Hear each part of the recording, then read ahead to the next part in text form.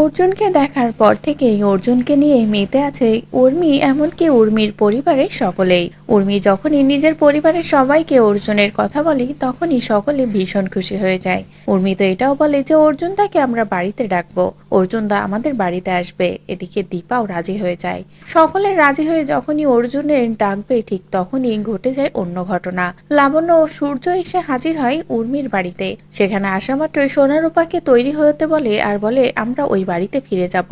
এদিকে সকলে তো ভাবছে দীপা সোনারূপা সকলে একসাথেই যাবে, কিন্তু দীপা যখনই জানতে পারে যে লাবণ্য সূর্যের মতো একই কথা বলছে শুধুই সোনারূপাকে নিয়ে যাবে, তখনই দীপা ভীষণ রেগে যায়। দীপা কোনোভাবেই রাজি হয় না নিজের দুই মেয়েকে দিতে। দীপা এক কথাই বলে দেয় যে ডাক্তারবাবু, আমার মেয়েরা আমার কাছেই থাকবে, ওরা আপনার কাছে যাবে না।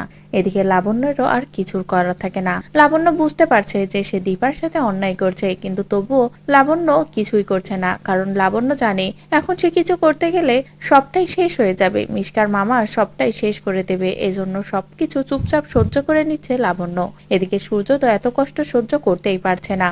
সহ্য করতে না পেরে যখনই কিছু করতে যাবে ঠিক তখনই সেখানে অর্জুন এসে হাজির হয়। অর্জুনকে দেখে তো দীপা পুরো অন্যরকম হয়ে যায়। সূর্য বা কাউকে আর পাত্তা দেয় না। এদিকে উর্মিও সকলের সামনেই দীপাকে বলে অর্জুন দা আজও তোকে অনেক ভালোবাসে, কেননা তুই এই অতীতের সবকিছু ভুলে, যেখানে তোর মূল্যায়ন নেই সেই সবটা ভুলে নতুন করে শুরু করছিস না, কেন অর্জুন দার সাথে সবকিছু নতুন করে শুরু করছিস না। যে কথা শুনে তো সকলেই পুরো চমকে যায়। তো বন্ধুরা, পদে পদে অপমানিত হচ্ছে দীপা, কোনোভাবেই নিজের সম্পর্ক টিকিয়ে রাখতে পারছে না, আর সাথে দীপার দুই মেয়েও কষ্ট পাচ্ছে।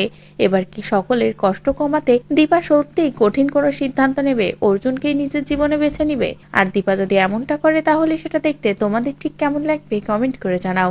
পরবর্তী আপডেট পেতে চ্যানেলটি সাবস্ক্রাইব করো।